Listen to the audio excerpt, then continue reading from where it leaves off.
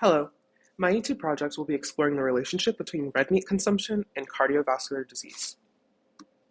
Red meat, encompassing muscle tissue from mammals such as beef, pork, and lamb, derives its name from the characteristic reddish hue attributed to myoglobin. Beyond its palatable attributes, red meat serves as a complete protein source, boasting all essential amino acids crucial for bodily functions. Additionally, it provides crucial nutrients like iron, supporting blood oxygen transport, and zinc, vital for a robust immune system. Ongoing research delves into the nuanced impact of red meat on health, with a particular focus on processes like the metabolism of trimethylamine into trimethylamine N oxide. Understanding these mechanisms is pivotal in elucidating potential links between red meat consumption and cardiovascular diseases. Cardiovascular disease comprises a range of heart and blood vessel conditions, posing a significant global health threat that includes coronary artery disease, heart failure, and stroke. The development of cardiovascular disease often entails the progressive accumulation of plaque, characterized by fatty deposits in arteries, contributing to conditions like atherosclerosis and diminished blood flow.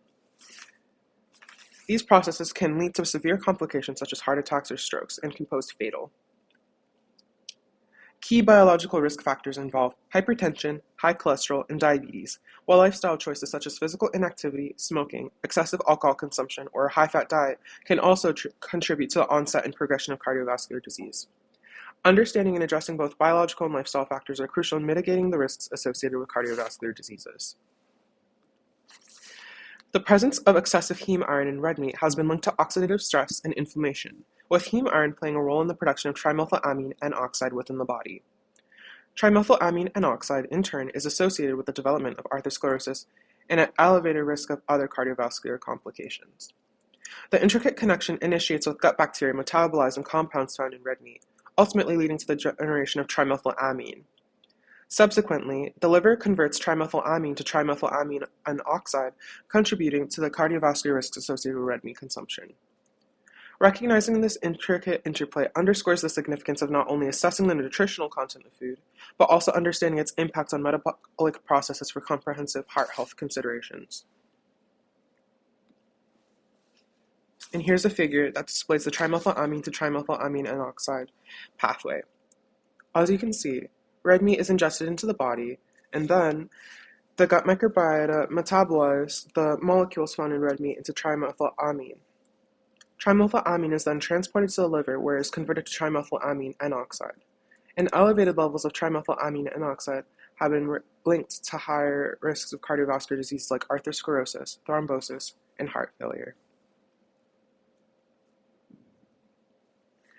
A diverse cohort of 2,918 individuals spanning various ages, genders, and races partook in a comprehensive study investigating the intricate relationship among red meat consumption, gut bacteria, and cardiovascular health. The participants underwent a random assignment to either a red meat-based diet or a non-meat-based diet for an entire study duration, with a scheduled follow-up after 3 years. Notably, researchers identified a robust correlation between blood gamma-butyrobutane levels and complications related to cardiovascular disease.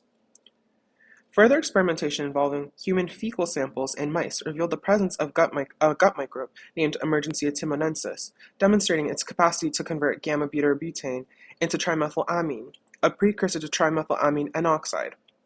These findings offer valuable insights into the complex interplay between diet, gut microbiota, and specific metabolites, shedding light on the potential mechanisms influencing cardiovascular outcomes. Looking at Figure C, it's showing the relative amount of fecal GBUA in individuals in the non-meat and red meat diet. And as you can see, in the individuals that had the red meat diet, there's almost double in the amount of fecal GBUA. The explanation for this is because red meat, especially in the context of diets rich in L-carnitine and choline, contributes to the production of trimethylamine in the gut. Fecal GBUA is a gene involved in the conversion of gamma-butyrobutane, a precursor to trimethylamine. Gut bacteria expressing GBUA metabolize gamma-butyrobutane and produce trimethylamine. Trimethylamine is absorbed into the bloodstream and transported to the liver, where it undergoes oxidation to form trimethylamine N oxide. Increased red meat consumption can lead to higher expression or activity of GBUA, resulting in elevated trimethylamine N oxide levels in the body. And as we know, elevated trimethylamine N oxide levels in the body have been associated with potential cardiovascular risks. Looking at Figure F, You can see that it's showing the relative abundance of emergency atimanensis in the gut microbiota of individuals participating in the non-meat and the red meat diet. As you can see, once again, there's much more abundance in the red meat diet than there is in the non-meat. The explanation for this is that emergency atimanensis is capable of converting gamma-butyrobutane into trimethylamine. Gamma-butyrobutane is found in red meat and serves as a precursor in the formation of trimethylamine.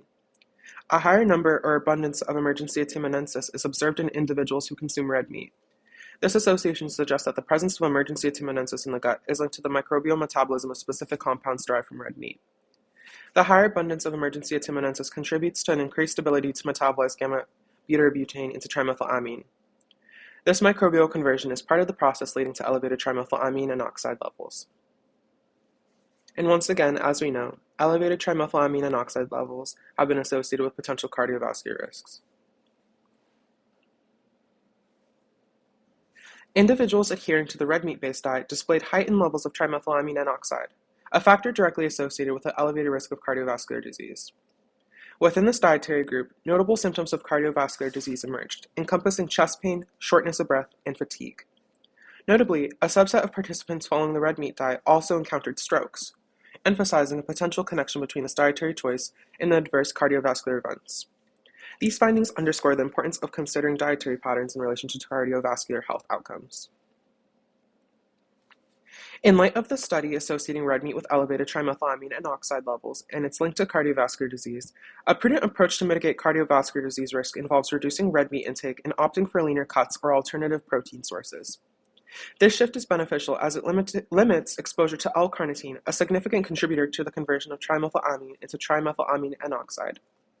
A heart-healthy strategy also encompasses maintaining a balanced diet rich in fruits, vegetables, and whole grains, coupled with an active lifestyle that excludes smoking and excessive alcohol consumption, while incorporating active exercise.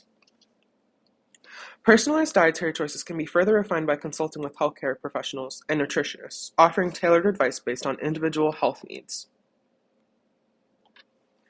Prioritizing heart health involves a prudent approach to dietary choices, advocating for reduced consumption of red meat and a preference for lean cuts. Beyond dietary considerations, maintaining regular exercise and embracing a healthy lifestyle are crucial elements in fostering heart well-being. Educating individuals on making wise dietary decisions not only mitigates the risks associated with trimethylamine N-oxide in red meat, but also contributes to the overall wellness of our communities. By encouraging mindful choices, we promote a collective commitment to cardiovascular health and the prevention of related health issues.